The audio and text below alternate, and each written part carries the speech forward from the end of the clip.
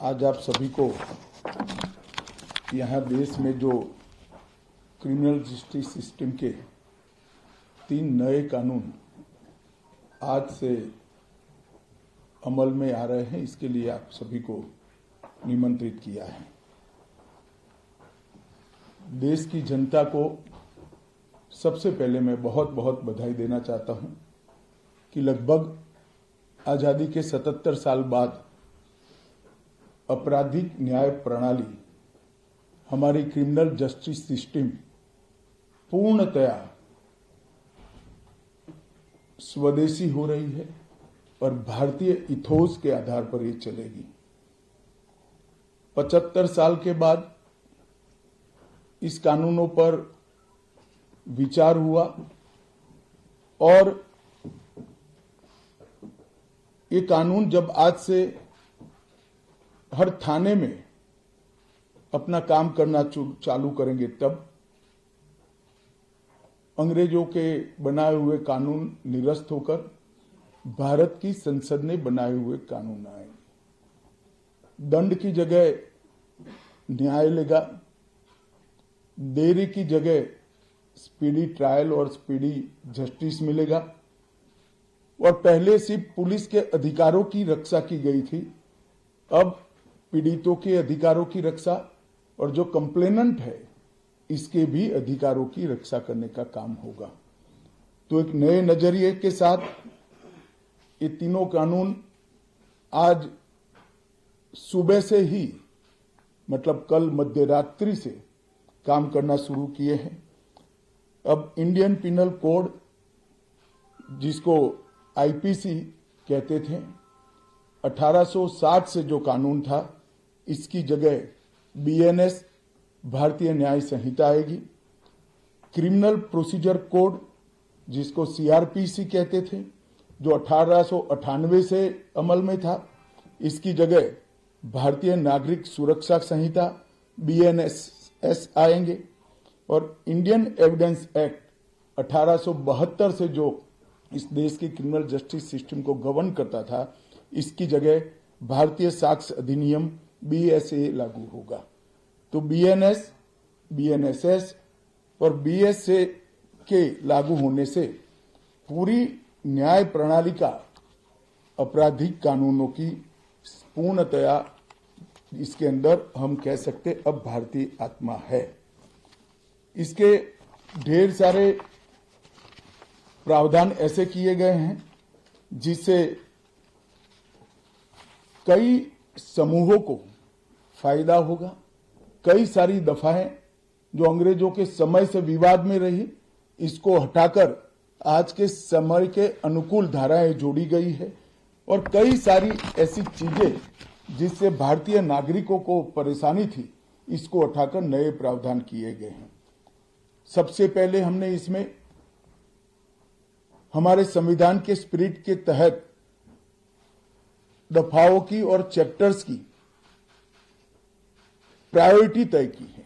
सबसे पहली प्रायोरिटी महिलाओं और बच्चों के अपराध को दी गई है और मैं मानता हूं कि ये करने की बहुत समय से पहले जरूरत थी। एक पूरा अध्याय इसमें जोड़ा गया है जिसमें 35 धाराएं हैं और 13 प्रावधान हैं, जिसमें गैंग रेप के लिए अब 20 साल की सजा या तो कारावास, आजीवन कारावास, नाबालिग के साथ बलात्कार में मौत की सजा, झूठा वादा पहचान छिपाकर शोषण करने वालों के लिए भी अलग से अपराध बनाया गया है। पहले सुप्रीम कोर्ट के जजमेंट से चलता था। पीड़िता का बयान उसके घर पर महिला अधिकारियों की उपस्थिति में और अपने परिजनों की उपस्थिति में लेने का भी प्रावधान किया है। और इसके साथ साथ ऑनलाइन एफआईआर की व्यवस्था से भी ढेर सारी उत्पीड़न का सामना कर रही महिला एम्बरेसमेंट से बच पाएगी, ऐसा हमारा मानना है। सालों से देश भर में मॉब लिंचिंग के अपराध के लिए कानून में कोई प्रावधान नहीं था। प्रावधान करने की मांग होती थी। पहली बार मॉब लिंचिंग को परिभाषित किया गया है। नस्ल, जाति, समुदाय लिंग, जन्म स्थान, भाषा और अन्य कारणों से जो मॉब लिंचिंग होता है, इसमें 7 वर्ष के कारावास से लेकर मृत्यु की सजा और आजीवन कारावास तक इसके अंदर जोड़ा गया है। तो एक बहुत बड़े समय से जो मांग थी वो पूरी होने जा रही है। राजद्रोह एक ऐसा कानून था जो अंग्रेजों ने अपने शासन की रक्षा के लिए बनाया, चाहे महात्मा गांधी हो, चाहे तिलक महाराज हो, चाहे सरदार पटेल हो, सभी लोग यही कानून के तहत 6-6 साल की सजा काटे थे। इसी कानून के तहत केसरी पर प्रतिबंध लगाया गया था। वो अपने राज्य की सुरक्षा के लिए अंग्रेजों ने बनाया हुआ कानून था। राजद्रोह को हमने जड़ से समाप्त कर दिया है और देश विरोधी हरकतों के लिए नई धारा लेकर आए हैं। पहले सरकार के खिलाफ स्टेटमेंट देना गुनाह था, अब भारत की एकता और अखंडता को क्षतिग्रस्त करने के लिए ये कानून अमल में आएगा। तो आजादी के इतने सालों के बाद ये कानून में बदलाव हुआ है, जो एक बहुत बड़ा परिचायक है हमारे संविधान के स्पिरिट का।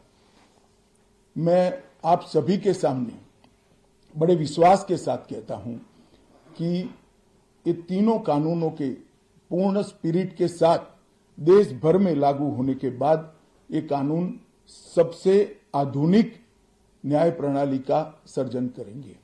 टेक्नोलॉजी को हमने न केवल अपनाया है, आने वाले 50 सालों तक टेक्नोलॉजी में जो भी अनुसंधान होने की संभावनाएं हैं, इस सबको कानून के अंदर हमने व्याख्या के तौर पर समाहित किया है, जैसे आने वाले समय में भी जो अनुसंधान होंगे वो व्याख्यायित किए गए। ये विश्व की सबसे आधुनिक न्याय प्रणाली बनेगी, इसका मुझे विश्वास है। कंप्यूटराइजेशन की प्रक्रिया ऑलरेडी पूरी हो गई है। 99.9% थाने कंप्यूटराइज हो चुके हैं। ई रिकॉर्ड जनरेट करने की प्रक्रिया भी हमने 2019 से ही चालू कर दी थी। 0 एफआईआर, ई एफआईआर, चार्जशीट और जवाब, ये सभी डिजिटल होगा। किसी को बड़े बड़े जेरोक्स निकालकर करने की जरूरत नहीं है। 1 लाख पेज की चार्जशीट भी एक छोटे से पेन ड्राइव से जजीज के सामने जाएगी और पक्षकर्ताओं को दिए जाएगी। 90 दिन के अंदर इस कानून में पीड़ित को, जिन्होंने न्याय की गुहार की है, उनको अपने केस का प्रोग्रेस ऑटोमेटिकली ऑनलाइन भेजा जाएगा। हमने इसके अंदर 7 साल और उससे ज्यादा सजा वाले सभी गुना में फॉरेंसिक की टीम की विजिट को कंपलसरी कर फॉरेंसिक एविडेंस को कानूनी जामा पहनाने का काम किया है। मैं मानता हूं कि इससे बहुत फायदा होगा। दोष सिद्धि का प्रमाण हम बहुत आगे तक ले जा पाएंगे। साक्ष्यों की रिकॉर्डिंग और जांच पड़ताल में रिकॉर्डिंग की अनुमति दी है। वीडियोग्राफी को सर्च और सीजर के वक्त पर अनिवार्य किया है, जिससे किसी को फंसाने की कोई साजिश न हो पाए।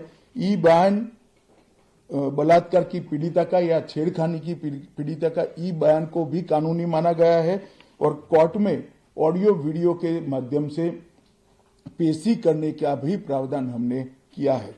ई पेशी में गवाह, आरोपी, विशेषज्ञ और पीड़ित सभी को कानूनी जामा पहनाने का काम किया है। इसमें जो फॉरेंसिक विजिट को अनिवार्य बनाया गया है, इसको हमने दूरदर्शिता पूर्वक काम कर नेशनल फॉरेंसिक साइंस लेबोरेटरी 2020 में बनाकर इसके लिए ट्रेन मैन पावर का सर्जन का काम ऑलरेडी कर चुके हैं। मुझे पूरा भरोसा है कि 3 साल के बाद इस देश में हर साल 40,000 से ज्यादा ट्रेन मैन पावर का फोर्स हमारी कानूनी क्रिमिनल जस्टिस सिस्टम की सेवा में उपलब्ध होगा। कन्विक्शन का रेशियो इसके माध्यम से 90% तक ले जाने का हमने प्रावधान किया है और फॉरेंसिक इंफ्रास्ट्रक्चर को बढ़ाने के लिए अभी हमारी कैबिनेट ने निर्णय किया है और 9 राज्यों में फॉरेंसिक साइंस यूनिवर्सिटी के कैंपस खोले जाएंगे और 6 सेंट्रल फॉरेंसिक लेबोरेटरीज को भी हमने करा है। ये कानून विक्टिम सेंट्रिक है। पहले दिनों तक किसी को पुलिस ले जाती थी, परिवार वालों को कोर्ट में आना पड़ता था। अब हमने कंपलसरी किया है कि हर थाने में रजिस्टर होगा और ई रजिस्टर भी होगा कि कौन सा अपराधी पुलिस की कस्टडी में है, जिससे हेबियस के माध्यम से कोर्ट में नहीं जाना पड़ेगा। तलाशी और रेड दोनों स्थिति में वीडियोग्राफी की जाएगी, जिससे पुलिस के अधिकारों का दुरुपयोग न हो पाए। और हमने अपराधियों को बेल को भी लंबे समय तक लंबित केसों में कानूनन बना दिया है, जिसमें एक निश्चित समय मर्यादा अपराध के अंदर जो सजा है उसके अनुपात में हो जाने के बाद जेल सुपरिटेंडेंट की जिम्मेदारी होगी कि इसको बेल पर रिहा किया जाए। तो इसके लिए कोर्ट में किसी को जाने की जरूरत नहीं पड़ेगी। इसमें विक्टिम को अपनी बात रखने का मौका मिलेगा, इंफॉर्मेशन का अधिकार मिलेगा और नुकसान के लिए क्षतिपूर्ति का भी अधिकार पहली बार भारतीय कानूनों में हम करने जा रहे हैं। 0 FIR, विक्टिम की FIR की प्रति की निःशुल्क प्राप्ति और 90 दिन में जांच का रिपोर्ट देने से इससे बहुत बड़ा फायदा होगा। समय पर न्याय लगभग 35 न्याय प्रणाली की 35 धाराओं में हमने समय मर्यादा निश्चित की है और ये टेक्निक के आधार पर प्रोसीडिंग्स होने के कारण भी समय पर न्याय मिलेगा।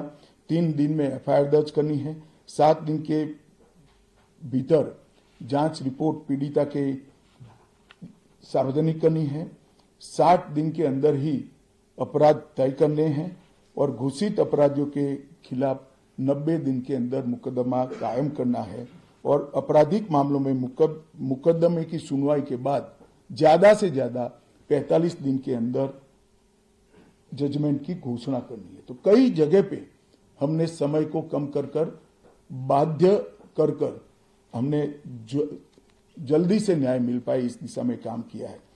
हमने 3 वर्ष से कम कारावास में 60 वर्ष से अधिक उम्र में के लोग जो है, इसमें पुलिस अधिकारी की पूर्व अनुमति अरेस्ट के लिए अनिवार्य करी है। गिरफ्तार व्यक्ति को 24 घंटे में मजिस्ट्रेट के सामने ले जाने का प्रावधान भी कानूनी बनाया है और 20 से ऐसी ज्यादा धाराएं हैं जिसमें पुलिस की जवाबदेही हमने सुनिश्चित करी है। पहली बार पीई का भी हमने प्रावधान इसके अंदर किया है। साक्ष्यों के संबंध में भी टेक्नोलॉजी को हमने बढ़ावा दिया है। इलेक्ट्रॉनिक साक्ष्यों के प्रति विश्वसनीयता बढ़े, इसके लिए कानूनी प्रावधान कड़े किए हैं। सर्वर लॉग, स्थान संबंधी साक्ष्य और वॉइस मेल, ये सब की व्याख्याएं की गई है। अब न्याय प्रक्रिया संविधान की 8वीं अनुसूची में आने वाली सभी भाषाओं में काम करती हो जाएगी। हमारी स्थानीय भाषाओं के लिए बहुत बड़ा फैसला है। हमारा पूरा सॉफ्टवेयर जो बनेगा वो 8वीं अनुसूची में आने वाली सभी भाषाओं में बनेगा।